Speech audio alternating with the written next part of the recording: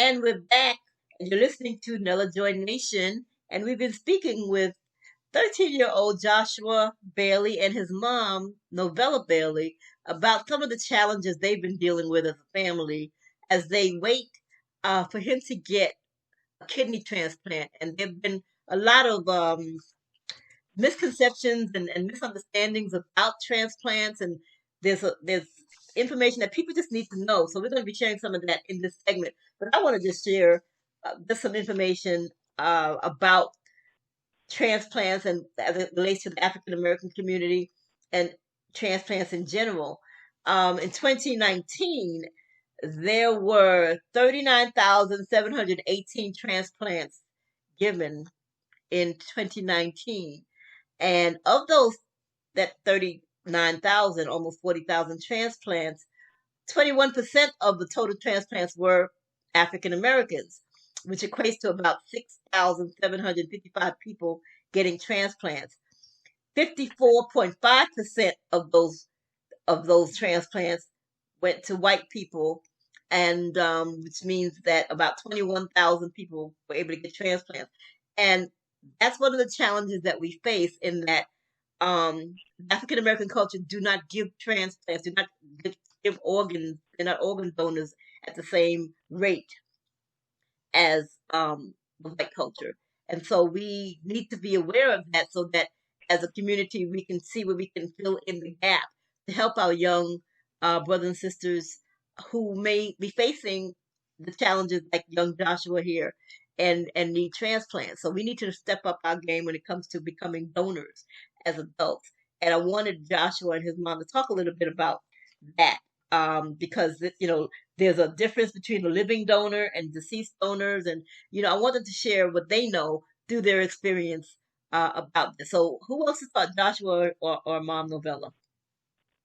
Okay, I can start, and then Joshua can come in. All right. One of the things I wanted to share was that kidney disease is the ninth leading cause of death in the United States, and that was in 2017. So there's a lot of people that need, that really need a kidney transplant. And one of the things that we are trying to do is make the public aware of the need for children to get transplanted at an early age instead of waiting like 3 to 5 years after they found out they were diagnosed with, kidney failure. So what we're trying to do is basically educate the community and let them know some of the things that they have questions about as far as donating any kind of transplant, whether it be kidney or liver. But one of the things that I was talking to some of my friends, and they were saying that the reason they don't donate is because they feel like if they put on that license that they're a donor and they go to the hospital and the hospital look at their license and say, oh, this is a donor, and they may not get the, what they need to be healed, they'll feel like that they might take one of their body parts or some of their body parts. So, but what they need to understand is that, when you go in the hospital and you're sick or injured, their priority is to saving your life. Okay, if they can save your life, they're going to save your life. They're not in it for, just taking somebody's body parts and putting somebody, like not saving them and so forth. Because, that's what they do. They save lives. Now, if if your life is such that, it can't be saved and you do die, well, that's, then the question comes up about your body parts then, but it's only if you died on your own, basically. And then some of the people are saying that, that famous people or millionaires are the ones that receive their organs faster. But that's not true because the organ donor is like a computer system. It verifies the capability of donated organs with the potential beneficiaries. So the factors they use in matching process for the organs include the blood group, the waiting time, medical information, severity of the person, and geographic location. So race, income, and fame are never taken into account with the kidney donorship. Just never taken into account. Everybody's in a database, and they basically select based on, certain criteria. Uh-huh. Okay. So that's the thing with the myths. Some of the myths are, and then it says like the expenses of the donor. Now, the donor expenses are basically taken care of as far as the medical. Like Joshua's Medicare would pay for, his expenses and the donor's expenses. All the medical would be will be paid with Medicare, and that'll be taken care of. All the medical part. Now the donor may have some out-of-pocket expenses, which they have the American Transplant Foundation, which will cover some of the out-of-pocket, possibly cover some of the out-of-pocket expenses, which is like travel or, lost wages or, if they have to stay in a hotel, they'll pay, they'll try to help pay for some of that. So that's where, a lot of the expenses are going to come from. Is basically covering the donors' out-of-pocket expenses, but not their medical expenses. Okay. Okay. Joshua, you want to say something about donorship and why you're desiring to get a kidney and helping other kids get a kidney? I mean, yeah. Uh, I'm trying to get me a kidney because I've been doing this for like way too long, and it's about time for me to go back to living as a normal teenager. And there's probably some other kids out there who's going through the same thing and has been on the waiting list for a long time. So I'm trying to get them a kidney also, and taking all these meds and hooking up to a machine at night. I shouldn't be having to do this for almost 3 to 5 years. So I just need me a kidney, and I need a lot of other kids that's going through the same thing to get them a kidney too. Right. And so you guys are doing a GoFundMe campaign, which is really an awesome thing. And I really hope that, this show helps to kick that off in a positive way. And so you're hoping that people go and, donate to this campaign so that you can get that kidney and help other people get the information they need so that other young people like yourself can get the services they need, including kidneys. Is that right? Yeah. Yes. Uh-huh. And Okay. another thing Uh-huh. too Go is ahead. that donating a kidney, it's not like it's not very dangerous. I know some people think, well, it's a dangerous process, but any major surgery is high risk. But most donors, they only spend like 1 to 4 nights in the hospital, and then they're able to go back to work after 2 to 3 weeks. So it depends on the donors how they, how their body, reacts. But it's not it's not a process where you have a lot of people dying, if they do donate a kidney. And then some people were thinking that if I donate a kidney and I need a transplant later in life, then you're on the priority list. If you did if you were a donor, you were put up on the priority list if you ever need a kidney, later in life. So that's one of Wow. the things that that's really good to know. And then kidneys donation is such that you can donate one kidney. You have two kidneys in your body, so one of the kidneys you donate, and the other kidney becomes stronger too. So your body is not gonna really hardly miss the kidney that you donated because that other kidney becomes really stronger. Also, it's what I found out. I was told. So the donorship is not that hard. It's not like, you're gonna be sick or your kidneys are gonna fail. That kidney won't fail, that one kidney. Hopefully it won't as long as you're taking care of your body. But Right. it's something that, a lot of adults should think about because you can't donate unless you're 18 and over. So, and then the kidneys is about the size of a fist, so you can donate as an adult a kidney and also liver transplant too, but you can donate it to children. Those two that are the liver and the kidney transplants, you can still be alive. You can live with a part of your liver and you can live with one kidney. So, and the kids are waiting. They're waiting like 3 to 5 years to get these transplants, but they really need them quicker because they're living their quality of life is not that great when when you have these major diseases. Your quality of life is not that great. They have to take a lot of medication. They miss a lot of school. They then they miss a lot of fun activities. They can't do a lot of things that most kids do. Right, right. And see, that's Mhm. something that I think people don't think about because, like you said, the quality of life is totally different. Young Joshua, who used to love to play ball, can't play ball anymore. A lot of the fun things because, he's kind of hooked up to an equipment. And if he was to get the transplant, when he gets a transplant, he won't need that equipment that he's using right now to stay alive. Is that Is that how it goes? Yes. Yes. Wow. Yeah. Well, I mean, Normal. yeah. Did you want to say something? Oh, I just saying, yes, he'll be back to normal. He'll be able to Mm-hmm. play basketball. He'll be able to swim and do some of the normal things. He'll be able to eat he'll be able to eat pizza and spaghetti and all of Uh-huh. those tomato-based foods. And, he'll be able to eat, some of the things that he likes. Right. Being on this diet is really restrictive. He's really restrictive of what he can eat. So, Right, right, right. hmm And so, yeah, so that's important that people understand that, he is among, about 2,000 people who are waiting.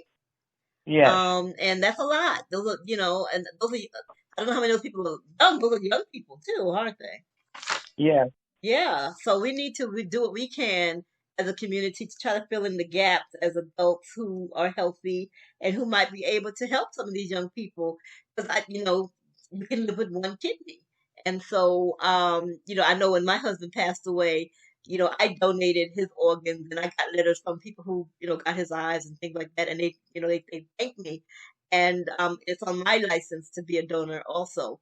And so, that is something that we just do need to just a little bit more, I guess, proactive in that area when it comes to providing services and thinking of how we can help others through our own blessings. Because, if we're healthy and we don't need two kidneys or just use part of our liver, we could share that with somebody who may be in need.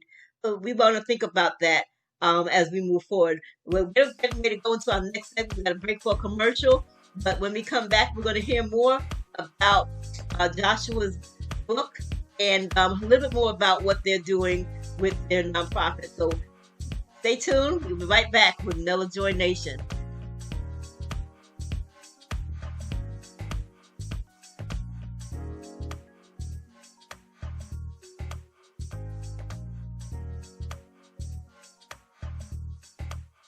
And we're back, and this is Nella-Joi Nation, and I'm your host, Norma Stanley, and we've been speaking with 13-year-old Joshua B. Bailey and his mother, Novella Bailey, and they've been sharing some really great information about the process of waiting for a kidney and, the things that they've been going through since they found out that he had kidney failure when he was around 10 years old, and what they try to do now to help, change some things, mostly hoping to save his life, but also to help save some others. And they're doing that through a book. And I was hoping they can tell us a little bit about this book that they have coming out soon. Can you tell us a little bit about it, Joshua? Yeah, I can talk to you a little bit about it. This book, this book is a book about a lot of different stuff, and I want to reach out to a lot of young kids, to let them read the book. And it's not just for young kids; it's for adults also. To let them read about the book and see what these young kids really go through, and see how their life really changes, and to show them that they can help change a young kid's life and make them get back to normal. Because there's a lot of different changes that you have to go through when you have kidney failure and you don't get to do the regular stuff that a normal teenage should do. So I'm just trying to reach out to most of the young adults and let them know that try your best to donate, because when you do, you're helping a kid's life. And it don't always have to be the same blood type, because they can do a three-way trade. So it's a lot of different stuff that you can do. And I just need to let them know that try your best. That's why I wrote this book, to reach out to kids and to reach out to adults and let them know that this is what they actually go through. And coming from a kid's perspective, which is me coming from a kid's perspective, and I'm gonna speak out for all the young kids out there and talk to these adults and let them know this is for real, and that we need transplants immediately. Mm-hmm. And what's the name of the book, Mom? And The either one name of of the you? book is Yeah, the go name ahead. of the book is Joshua's Journey: A Teen's Guide to Understanding Transplant. Okay, and great. that's more like a working title. We haven't, definitely, we're working around that title, but we'll have it, you will have it definitely within the next few days so we can get it published. But that's one of the Awesome. titles we're kind of working around. Okay, Okay. so And another thing is, uh-huh. uh, that we're using our We Love Kids nonprofit to promote the book and also to promote the campaign. And we feel that the donations we get from the book, we'll be able to give you a receipt for that, and you'll be able to write it off as part of your charitable donation. So we're excited that we're able to really get put this under our nonprofit, and it'll help give people the donations, and hopefully it'll help them give more too because of that. And what we're hoping to get is at least around $100,000 so that we can use it to help promote the campaign for Joshua and for other kids, and make adults aware that this is a need that we really need to look at, and that it needs to happen like sooner. The kids need those transplants as soon as possible. So because they're kids and they want to live their childhood and enjoy their childhood, and not wait until 5 or 6 years later, and they're adults. Then they're getting kidneys as an adult. So Yeah. that's our goal. And the thing, yeah. So we're excited about it. We're just really believing that this is going to help Joshua and a lot of other children to be able to get their kidneys, and then just make the public aware, especially adults, because they're the ones that really have to donate, because of the fact that they, you have to be 18 and over to donate. You can't be a child donating to another child. You have to be 18 and over. So that's why the adults really need to step up to the plate and just think about, if I can help a child, and if it was your child, would you help them? Now, one of the things with Joshua, because they're children, they prefer the kidney come from the age of 18 to like 40. They don't want it to, because I guess that age, you haven't gone through a lot. As you get older, you get, things come, may come upon your body or whatever. But they really prefer like between 18 and 40 for that donation. Okay. And see, that was a good information you just shared, because I didn't know there was a specific age that they would have, prefer getting. So a child can get an adult kidney as long as they're between the age of 18 and 40. Is that what Yes, you're yes, saying? they would Okay. prefer that. That's what they prefer, because Mm-hmm. it's probably less, strain on the kidney during that age. But, they'll test anybody. If you want to be a donor, you can be a donor. You don't have to feel like, oh, I'm 50 years old and I can't be a donor. But they really prefer anybody, but they're just looking for the age range if possible. But, donors can be old too. There's no limit on the age, but that's their preference for children. And then people wonder, well, what about the size of my kidneys? Is it going to fit in a child? And kidneys are about the size of a fist. So it's small enough to fit, in a child's body. So that's not a issue whether the size of the organ is too big or whatever, because you're an adult. It doesn't, it doesn't work like that. It's a small organ. And what they do is they'll leave Joshua's 2 kidneys, and they won't remove it, and then they'll just put the other kidney, the 1 kidney that's working in. So he'll actually have 3 kidneys. Hopefully they'll Wow. jumpstart the other 2. Wow. Yeah, I I didn't even said know that's hopefully another. the 1 kidney would jumpstart the other 2 kidneys. Right. And Uh-huh. see, that's another But good piece of information. That's great information. So, Joshua, what do you really want to see happen with this campaign? I mean, what's your biggest wish, as we come to the end of the show, that you want to see happen, um, as you start sharing information and educating people about this process? Well, starting off, first thing, I want a kidney. That's the first thing, because I need a kidney. Yes. Second thing is, I want other kids I want a couple of other kids, well, not a couple, like mostly other kids to get transplants. I don't want just to be me getting the kidney. I want all the kids to get a kidney, and I want to make people aware, the adults aware that this is donating is not a bad thing. It's not a bad thing. Like, you can donate and you can make a child's life better. And I don't want me to just get a donate a kidney donated, I want also other kids to get donated too. And I want to reach out to adults and let them know that these kids need these organs ASAP. They don't need to be waiting 3 to 5 years to get these organs, and that they need these ASAP and to get other kids kidneys. Absolutely. And other organs. And so bottom line, we need to make sure that African Americans and whoever, not just African Americans, but anybody, donate. Think about donating. Learn about the opportunity to be able to, test to see if you're eligible to be able to donate a kidney. Find out about what it all entails before you decide that that's something you're not going to do. It's something that is needed, and so we need to educate ourselves about how we can, help to maximize the lives of our young people who are in need of kidney and liver donations. So that's something that we need to work on as a community, as a society, but definitely in the African American community where the numbers are not as high to be able to get donations of organs and to be able to get those transplants. So we definitely to work on that. So please tell our listeners how they can get in touch with you if they wanted to be able to donate or share information or, help with your campaign or your initiative in any way. Well, to donate and do stuff like that, you could go to my website at www.joshuadbailey.com.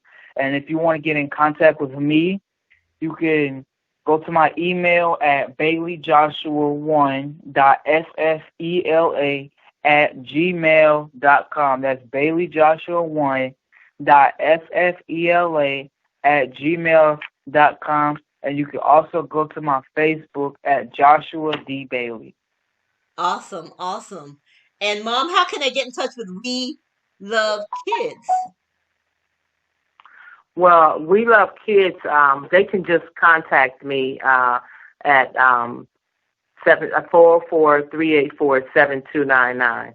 And then we're in the process of, also we have a Facebook page that's called We Love Kids. Awesome. And they can contact us through that also. Well, we're at the end of our show. We thank you so much for being a part of Nella-Joi Nation and sharing your story with us today. And, we'd love to be able to stay in touch and possibly have you come back and tell us how things are going and how things are progressing with your campaign. And we look forward to having you guys back and sharing some more information with us on Nella-Joi Nation. And so thank you again. And for those of you out there who are listening to the show, thank you so much for being a part of Nella-Joi Nation this week. And we've got some great shows coming up over the next few weeks. This Saturday, we're going to be talking with Mr. Curtis Lovejoy, who is a multi-gold and silver winning, medal winning Paralympian. And he's going to be on our show this Saturday. And we've got, a lot of great shows coming up. So thank you again for being a part of Nella-Joi Nation. And we love all of you out there. Remember, we are all in this together. We have to move and we have to do what we need to do together as a society. So, and also don't forget to check out Disability World Television that's coming up on the PGN network, which is on the Experience on Demand network. That you can download that on any of your apps that you like to get your streaming television on, and that should be starting next week. So we look forward to sharing stories about the disability community on streaming television on the Disability World TV show. So thank you again, and you guys have a blessed week, and we'll see you next time. Talk to you soon.